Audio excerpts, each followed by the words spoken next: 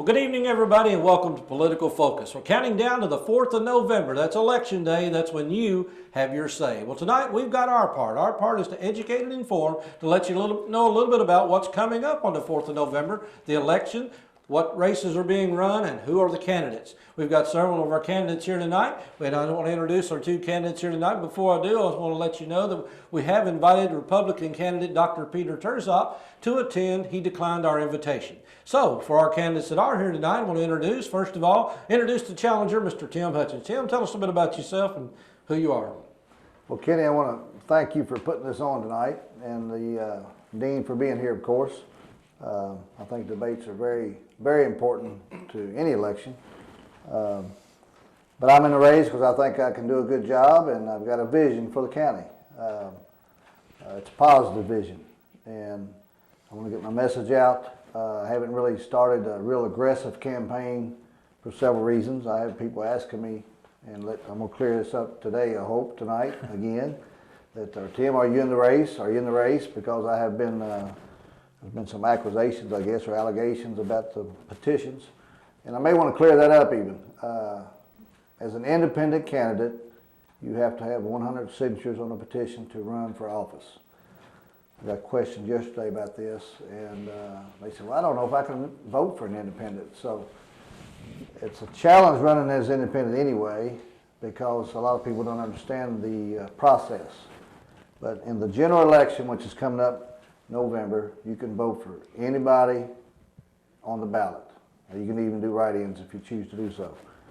But all Republicans, all Democrats, all independents, you can vote for independent Tim Hutchins. With that being said, I'm in the race, and it's going to get very aggressive in the next 4 to 5 weeks. Dean's been in office for about 21 years. I was a master for 17 years. I consider him a good friend. I think he does likewise. We've said this publicly. But we do differ on several major issues. But my vision is efficient government.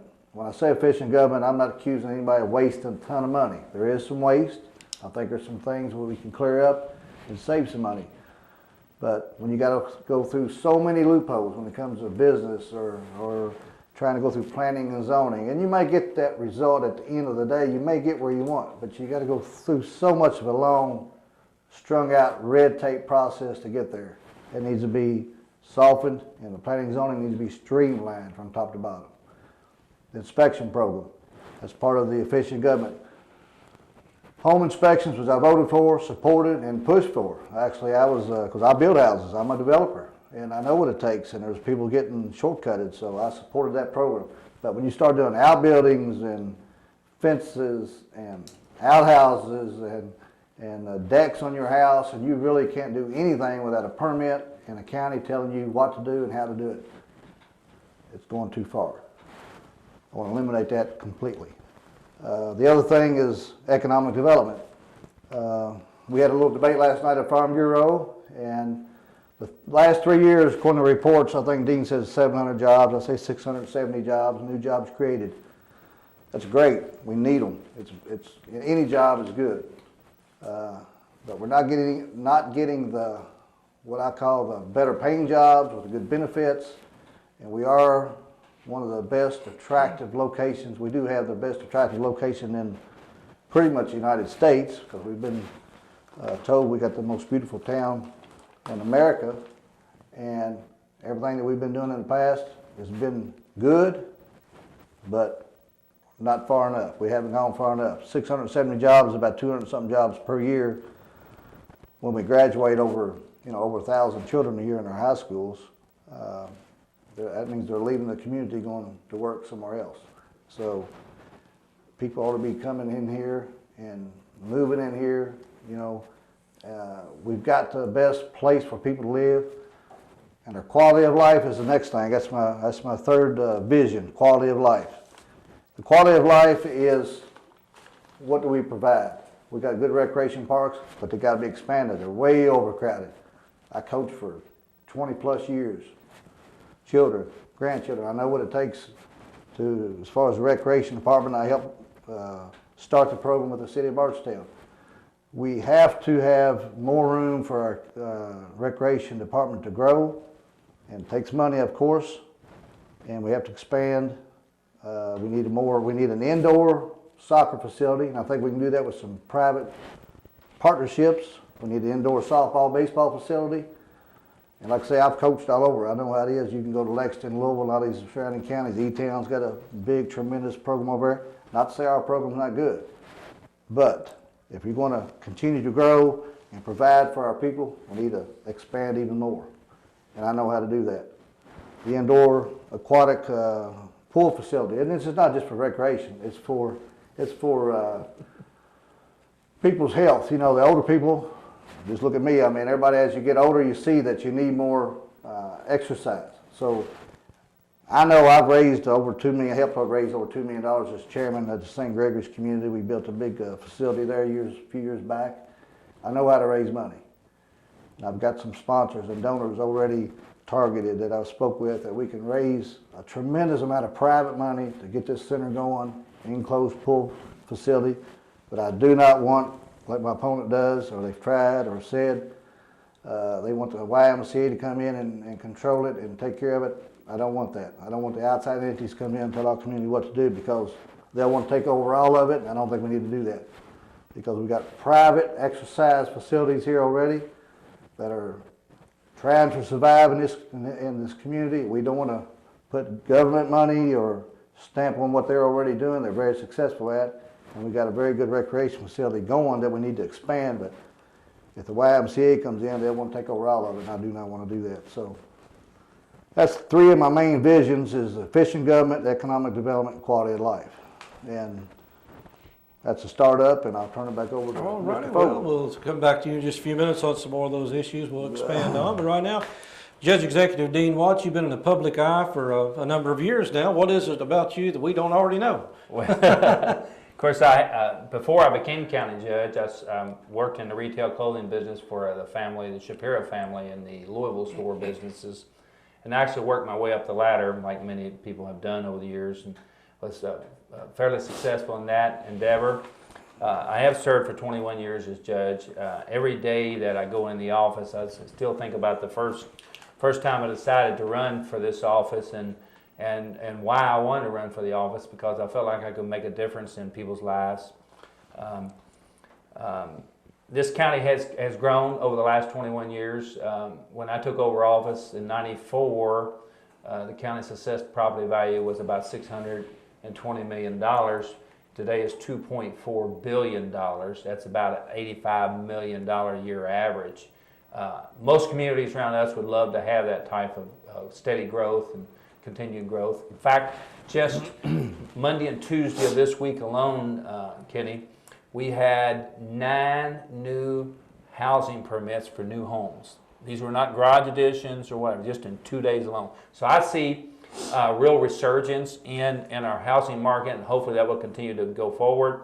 Now, we did go through a period at a national level from year 2007 to about 2011 or 12 that we did have some stagnant growth, but we still had some steady growth in Nelson County. We weren't completely stagnant. And during that time, we spent a lot of time making sure that the basic services of this community were met.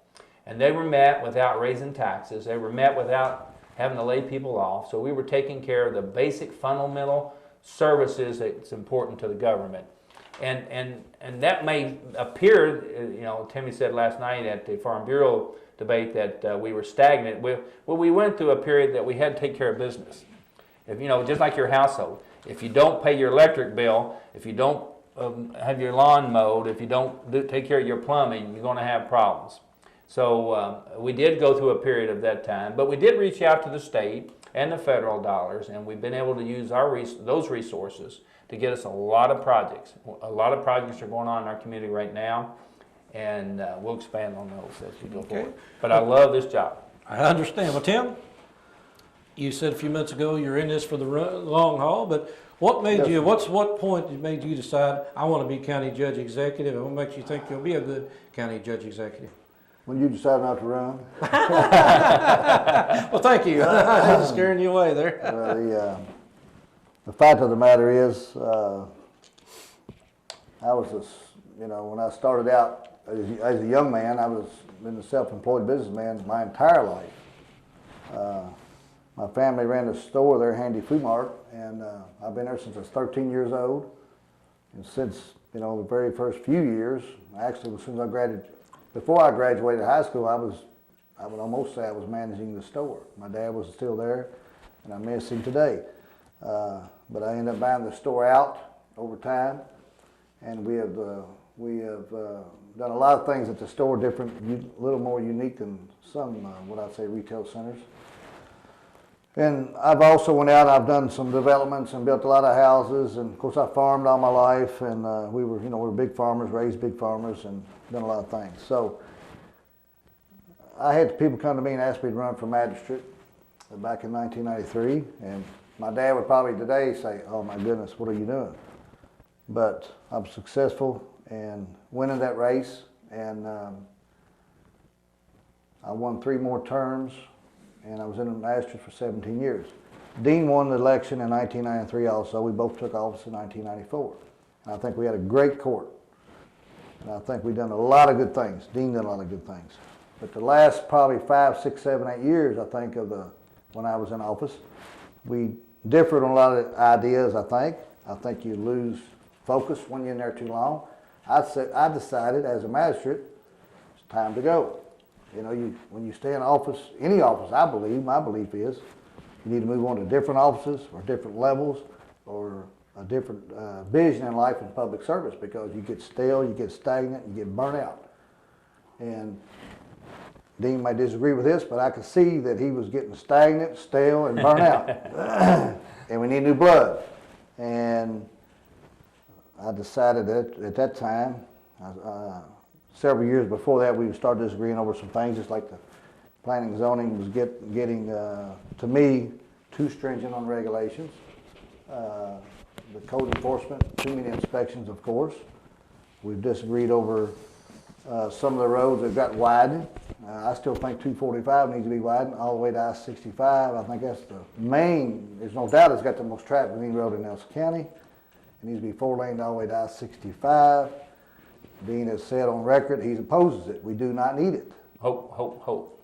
And what I'm saying is, with I-65, which is the main corridor in the state of Kentucky, there's no doubt, especially in our vicinity, that road needs to be widened to 4 lanes. To I-65, we're doing all that construction in there now and widening, getting 65. It's the main hub into the Louisville, all the way to Nashville, Indianapolis. You've got the Bourbon Trail that's getting tons of traffic, and you hear complaints continuously about the 245. So if you fix that, that would help us get a lot more truck traffic, a lot more traffic flow, and it would increase our job base, I think, tremendously. We'd have more people want to come in to the most beautiful small town in America. So Dean and I, back to your question, we differed on several things toward the end. There was some internal policies, the take-home truck policies, the take-home vehicle policies, and I said it's time for me to go because you can't make any more changes as a magistrate. It's time to either get to top level, and I decided to make that challenge. Okay. Well, Dean, let's see. In 1993, you made this decision to run. Mm-hmm. And every 4 years, you've had to make this decision over and over again. So obviously this year, you made the decision to run again for county judge, and you had to have a reason why you want to continue to be county judge. Go back to the original decision to run. I never dreamed that I would be here this long in this position.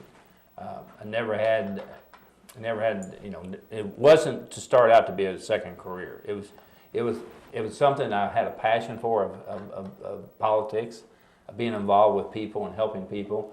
And once you get into the position, you find something that you enjoy going to the office every morning, and you enjoy meeting the people and making a difference in those people's lives. So that's why I continue to go back for another time. Just straight up front with you. I still have a daughter in college too. I still need employment too. So there's a balance there. But I want to go back to what Timmy was talking about. I was going to ask you, why are you opposed to 245? No, I'm not opposed to Kentucky 245. Timmy kind of twisted the words a little bit. It is a good project to 4-lane it all the way to I-65. It's a great project. But we had 31E North already underway. More importantly, I want to compare it to a person's body. Okay? I compare this 150 and the arteries within the corporate areas of where all the business and commerce is. The 240, the Bloomfield Road and 245 the intersection there by Save-A-Lot. All that had to be fixed compared to your heart and your body. I compare that intersection and this project here in Maywood and the project over here on 245 that's being done now. All those they're fixing your heart. And because if you don't have a good strong body, a heart, it doesn't matter if you fix your leg. It doesn't mean anything. You understand what I'm saying? So 245 is a great project, needs to be done. But you got to take care of your infrastructure and your internal traffic control before you go out and try a new project. Because you're only going to get 1 or 2 projects a year. Kenny, you were in transportation long enough to know that you're only going to get a couple of those projects. So that's why I said it wasn't the #1 project. It was a good project, but I'm not opposed to the project. I just want to clarify that. You know, I was chomping at the bit. And Timmy's over grinning too. That's the funny part. Well, Timmy, the thing about it is growth. I mean, it's inevitable we're going to grow, and we have grown for the last many, many years. Is this something we want to control? Is this something we want to invite? I mean, like you say, it's 245. We'd be bringing in more people, but is that a good thing, or is that something we want to do? I would think that, you know, even as a business, as a community, if you don't grow, you're going to get stagnant. And, you know, taxes to a lot of people are ugly words. You got to have a tax base. And if you don't have a growing tax base, it's going to put a burden on the people that are still living here. Because your police and fire and ambulances and retirements and all that's going to continue to grow and put more money on the people that are living here. So if you don't have, like Dean said, and I agree with, over the years I was on fiscal court, we had a tremendous amount of growth, and then we were able to keep our tax rates down. Other than 2006, I think Dean proposed to have a tax rate increase, and I voted to kill it, and they dropped it. So, but we did have some growth, and that keeps your tax base, you know, lower. But you know, you still have your occupational taxes, and you have your distilled spirits tax and all these other things coming in also. But do you want 100,000 people moving here overnight? I would say no. I think it's got to be a controlled growth, and it's got to be a managed growth, and it's got to be. And I think the county overall has done pretty well now. And then I go back to planning and zoning. I'm not going to say everything they've done is 100% wrong, inaccurate. You know, I've developed. I know what it is. I'd rather have a good managed subdivision that's built properly with proper roads and streets and entrances and lights and infrastructure. And you can put a whole lot more people because there's less farmers than there ever was. Everybody's not going to farm. So if you go out and destroying 5-acre tracts, 10-acre tracts, and destroying most of your farmland, most people today's world, because they're so busy, kids are entwined in sports and other activities, they don't want a whole lot to mow and manage. So subdivisions have been very good for this community. But you got to have your growth. If you don't, your tax base is going to get too much for the people that's living here. But on the other thing, I didn't know Dean was talking about. Let's see here. I had a little note on call Dean. Even the doctor name, he's talking about his heart and everything. I didn't want to go that far. But I do think managed growth, you got to have some growth. But, you know, Kenny, is like business. If you don't grow, you're going to die. I've never seen a business yet that didn't, you know, if you're not growing, you're not going to survive. And you have to survive in this just like anything else. It's like the city of Bardstown with their annexations. Sometimes it puts a burden on you.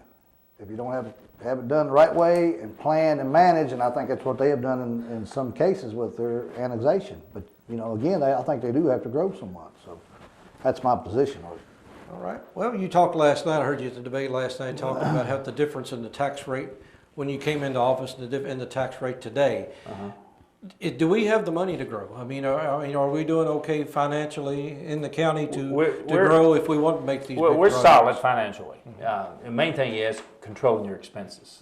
You have to control your expenses. So the last 5 years that I was stagnant and stale that Tim was talking about, I was in the office. I was with the treasurer, her and I. We were going through expenses when something needed to be repaired. I mean, believe it or not, that makes a difference in your bottom line at the end of the year. And that's so important. But the term we used over the last 20 years for growth is called smart growth. Smart growth, it means you've got a balance of growth, you've got a balance of subdivisions, a balance of urban, inside urban, the city growth. You try to control your growth to where it's to where the infrastructure is, where the sewer is, where the waters and roads are, and that's called smart growth. So that's proved to be pretty successful over the years. Not perfect, still got a little ways to go. But growth's important, and I'll tell you how you have smart growth is jobs. Look for jobs. Now you're not going to get a factory every year. I don't care what community you are. I don't care if you're Elizabethtown, if you're Shelbyville, or those are our bigger competitors in today's world right now. Actually, and then over in Jeffersonville, Indiana, right across the river, they're a big competitor. And if they get one every 2 or 3 years, they're lucky. So smart growth is important, but those jobs are going to make that happen, and we're working every day. Every day. In fact, Kim and I were together today with a project that we're working on, and it is a quality company, but they're looking at 6 communities around this country for 2017. Are we looking 2017? Now, that's 2 years when from we look now. at a business, are you looking more at quality of life? You looking at more wages? What are you looking at when you're trying to attract? Well, first place, if you've got government subsidized property that we're dealing with. We've got property that the taxpayers have helped pay for. So you've got to make sure that the jobs you bring in are going to be a decent wage, and you want good, clean jobs where you don't pollute the air and all that stuff. And then you look at the quality of the quantity of the workforce versus the acres that you do have, and that may not be on the front end. That may be something that you're banking on 10 years from now too. It's something that you think will grow. So you may, like for instance, the Barstown Bourbon Company took 100 acres for only 35 jobs. That's very unusual, but that industry is growing, and it is proven fact that Heaven Hill, Barton, Maker's Mark, Jim Beam all have grown. Yeah, they went through cycles, but over the last 50 years, those companies have added employee after employee. So we're banking on the come on that as well, and I think you have to look not just today, but for tomorrow. Okay. And those are $20 an hour jobs, by the way, Tim, and those are not low-paid jobs. Yeah, they're very good jobs. Yeah. Well, tell you what I I'm gonna don't do here. disagree with that, Kenny, to not interrupt, but No, go ahead. I got to make a comment about that. Dean, I went to Dean. Kim and I talked in Bernard and Fiscal Court when I was a magistrate. Wilson Park was getting pretty much, built out, our other industrial park. I personally went to Dean and told him we need to get another industrial park going. And he supported it. Our court went together and started the industrial park. I think what we got to be careful of is when you sell land for $13,000 an acre, and this company took the best prime land that you get in that industrial park. Now, you're in competition with other communities, I know that, but the taxpayers are subsidizing this, and what we're going to be careful of here, if we haven't already done it, we still owe about, I think, $3 million or close to that. We're going to have over $5 million, and we still got to put a gas line in that we're not going to get 100% of our money back. We still got about 80 acres there that has to be developed to get to it.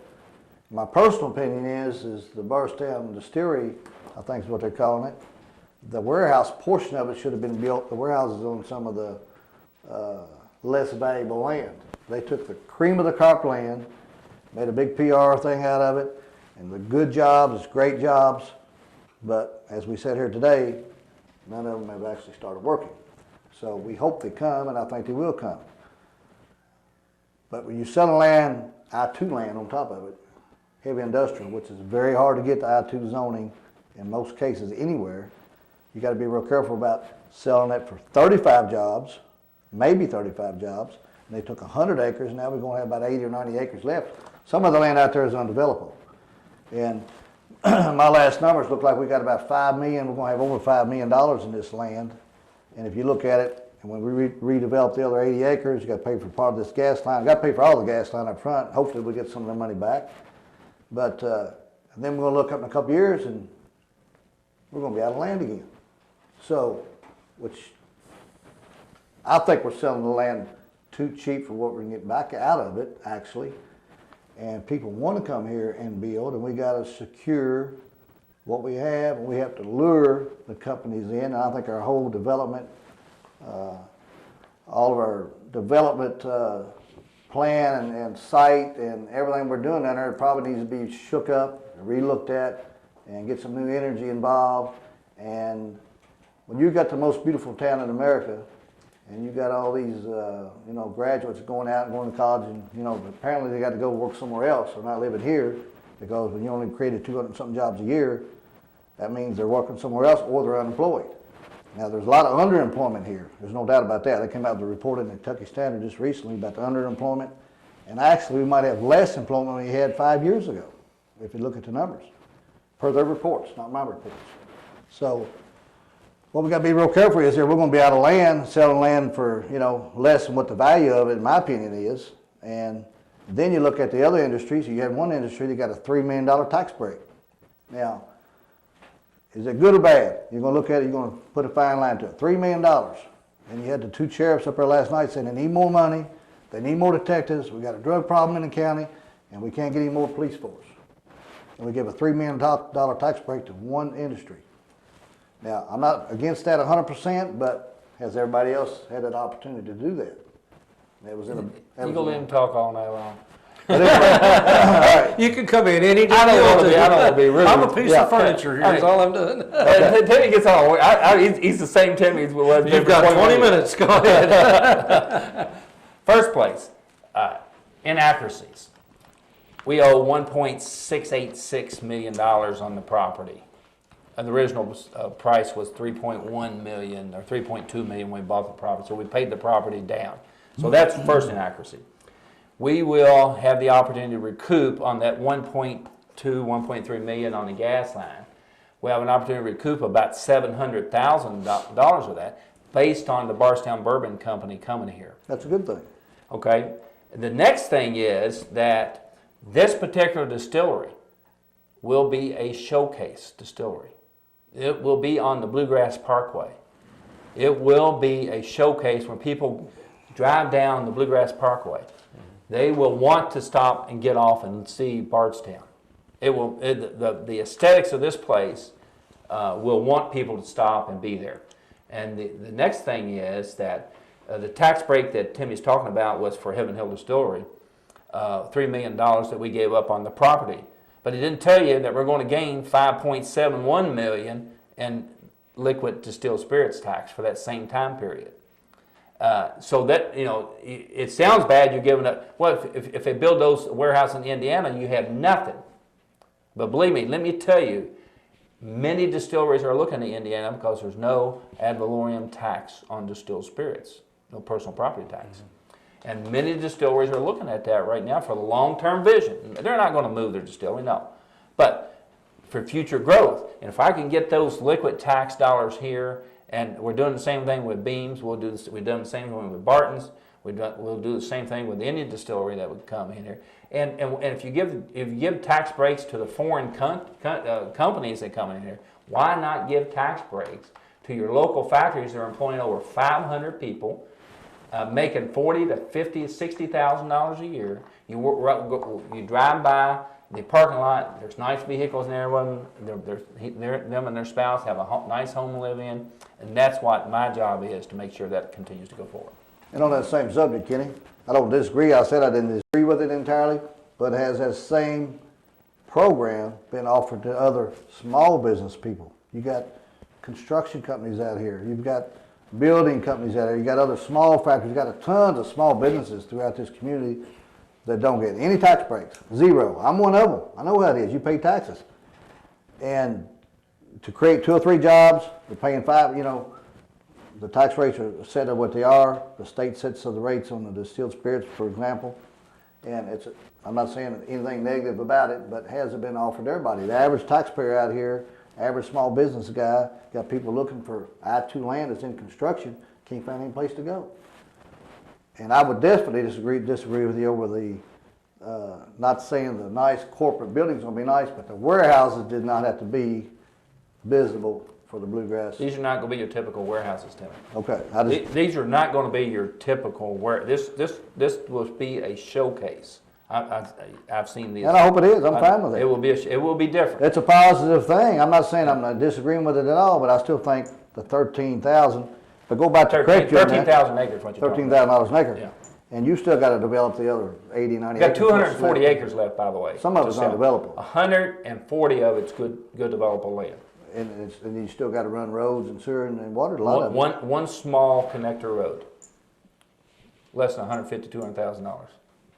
You're going to call, well, and I'm not going to disagree with that, but we're going to have more money into the land, what you're saying, for sure, and you hope you get some of these grant monies back, and I hope we get some of it back. But, well, I've got to figure we're going to have over $17,000 per acre as soon as this gas line's done, and we have to develop the other part to get anybody in. But Timmy, and then hopefully you can get grants back for some of that. We've got a new philosophy on the court, and we worked with city council on a couple of projects.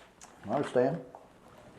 You sit on property for 6, 7 years, and we went through a national recession. Every job that you get is important, and I think you agree with that. And in order to get the ball rolling, sometimes you have to make decisions you may not have made 20 years ago. And from this point today till maybe 6 months from now, we may have to change our philosophy again. If we get the right facility here, we will probably offer the land through an incentive program where it won't cost the factory anything, if it's the right project, if it's the right numbers of jobs. And that's because E-Town's doing it, Shelbyville's doing it, and other places are doing it. And jobs and a long-term benefit for the community, it is a very competitive world. But E-Town, Shelbyville, and some of these other communities, even Bullock County, they don't have the most beautiful small town in America and the amenities that we have to offer as far as quality of life living here. And if we keep expanding on that, which we should be doing, we'll have more people wanting to come in and attract here, just like the downtown Bardstown. You know, we got one of the most beautiful downtowns. You know, if you travel around, we do. We just got a nice, beautiful downtown. But everybody can't live or shop downtown. You know, it's just the way it is, and it's a tourist attraction. And you get out in the rural areas, some people, you know, what's tourist mean? You know what I'm saying? You hear both sides when you run on a countywide race. You know, I've seen it, you've seen it. But the tax breaks, the only thing I'm saying is, has this stuff been offered to everybody? Get all these local taxpayers, small businesses in our community. Have they ever been offered any of this stuff? Has it been that public say, you know, if you can buy some of this land, are you going to create more jobs? These little guys maybe they might have a 10 job, or company maybe has 10 employees, they don't go to 20. And the bonds that we passed, or y'all passed, the $3 million tax break. Again, I'm saying, I'm beginning, you know, they're a great company and provide a lot of job paying. I'm assuming they're paying a lot of taxes. But has it been offered for everybody? We need to expand that and then let everybody know what we're going to do. Maybe there'll be a whole lot more coming in here. Manage the growth. But and on the other thing, Dean, you're going to have more land, more money per acre than what you said in that land. There's no way around it. We're not in the business of owning land to make money on. We plan. I supported that. I asked you to do that. And well, you weren't the only one. Just to clarify that. You were a supporter, there's no doubt about it. But we have offered, I personally met with a small company that was going to employ 8 people, offered them property in the Nelson County Industrial Park, and it chose not to go there. So we do offer it to the local people, and with our incentive package. But yes, it is offered. But you have to have a project. You can't just say, you know, and you have to be a little bit on the solvent side financially. Yeah, I understand that. I mean, you got to have a little bit of you can't just say I want to start something, and you have to have some ability to be financed. All right. Well, what we're going to do here now, we've been here a while. So, Timmy, I'm going to let you go first. You could sort of close it out here and tell us what we don't. So soon. Well, we can talk all night long if you want to, but if you've got a whole lot more to say, you go right ahead. But he's holding the time, Kenny. He's holding don't hold the time, Kenny, I'm going to tell you what. I mean, I'm serious about this job, and we joke and cut up, and Dean and I are good friends again, like I said. And it was very evident last night at our debate at the Civic Center. One of the big things we got in this community, and it came out in the paper today, we're going to get some federal, I guess it was all federal money for the drug problem we got here.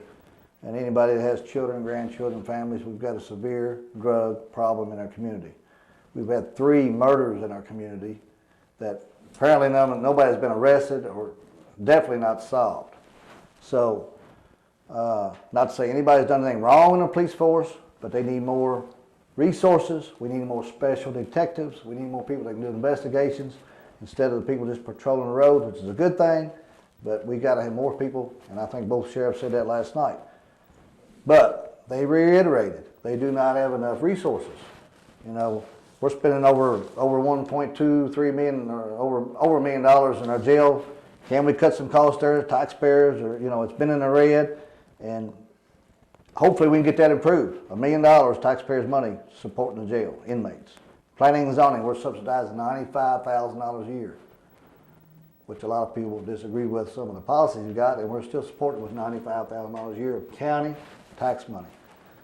Emergency management, $73,000, and you look at what they've done out there, and they can expand more and do some more things, and it'll be over $150,000 if they didn't get the grant that they've got.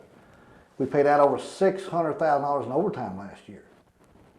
You know, you can't do that and run a business and over $600,000. You got to cut some of that. I've tried to get Dean to cut that years ago. He wouldn't do it. And you can do it. They say you can't do it. I run a business. I know you can do it. Bought all that up in one little thing, then you can get more special detectives out here and maybe solve some of these crimes and these burglaries, break-ins, the murders, of course. We got some people may not want to move here because we have got a pretty bad, you know, there's a lot of bad publicity that came out over the 3 murders we got everywhere in a little Nelson County community. And not to put the blame on anybody, but you got to have the resources to get out there and fight this crime and these drugs. And anybody's got anybody problem with drugs in their family, most people has some kind of either a family member or a relative that's been through it. And I'm telling you what, it's a serious problem in this community. It's destroying our whole community as far as I'm concerned. That's what we got to get. If anything we can do, we got to solve that problem, period. And if you want me to close out, I'm not going to, you know. I thought that was close out. Remember, the 3 main things, my three main things is positive vision. You know, that's what we got. We got to think about the future, our kids and grandkids. Again, efficient government, streamlining the regulations and cutting the waste. Economic development, offer it to everybody, not just a few, select few. Get more people involved, and we probably need to streamline our vision about our economic development. Just get it expanded, get more people involved. And the quality of life, like I say, we got to get more police protection. We got to get better control on this, the drugs. And our recreation program has been very good. We got to expand it. It's getting overcrowded out there. And if you don't keep the kids involved, you know, our future is just not very good. So that's Tim's vision for the future. Are you finished? Thank you. You never know when Tim's going to get to the last one. Like I said, Dean, you got the time to make your closing statement. I totally agree with Tim. The drug problem is also related to the employment situation too. I can tell you, I've talked to a lot of employers, and getting some of the young kids, ages 18 through 26 or so, to pass a drug test is very difficult from time to time. But I'm going to go back to Tim's statement talking about $600,000 in overtime money being spent in the county.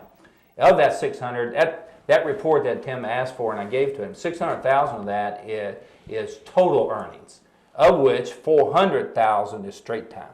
Only $200,000 is actually extra overtime pay, even companies like Heaven Hill and Barton's and Fujisil use overtime money because it's cheaper to pay a little bit of overtime money than it is to pay somebody a health insurance benefit of $10,000 to $15,000 a year.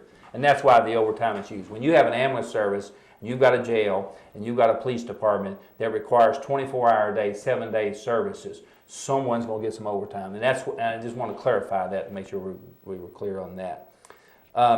We are the most beautiful small town in America. A couple of years ago, Bardstown and Nelson County, you know, we all work on this thing together. And a lot of it's got to do with planning and zoning. A lot of it's got to do with rules and regulations, whether you like them or dislike them. Sometimes it's the interpretation of those regulations. But there's a reason why we got that, the community got that award, and that's because we've got a standard of living that's above a lot of little small towns in America, and that requires some disciplines, and some disciplines are important. So while there are always going to be some problems with those things, it's important to note that we got that award because of what the forefathers back to 1974 had a lot of thick skin when they passed a lot of those rules, Kenny. And I don't see how they got it done without being tarred and feathered and run out of town, back in that day especially. But I enjoy this job. I would like to continue to share the opportunity to meet with people on a daily basis. And like I said last night at the Farm Bureau Forum, I enjoy coming to the office, and I ask for the opportunity to continue to do so. Thank you. All right, Tim, we okay? Don't give another. Well, I want to make sure we don't leave this room so everybody said everything they want to say. Thank you, B. Thank you. All right, well, appreciate it. Fogle, thank you. Thank you all for being here, and I certainly appreciate you. Our candidates here tonight for Nelson County Judge Executive, Tim Hutchins, Dean Watts. We appreciate both of them being here tonight. And now, as I said, it's up to you. The 4th of November is coming your way, and that's when you have your say. They've told you what they want to do. They've told you their vision. It's up to you now what your vision is. So stick around. We've got a lot more to come on Political Focus. This is Kenny Fogle saying so long. See you next time. Have a good day, and we'll be back on Political Focus on CKTV Channel 6, Central Kentucky Television. Take care, everybody.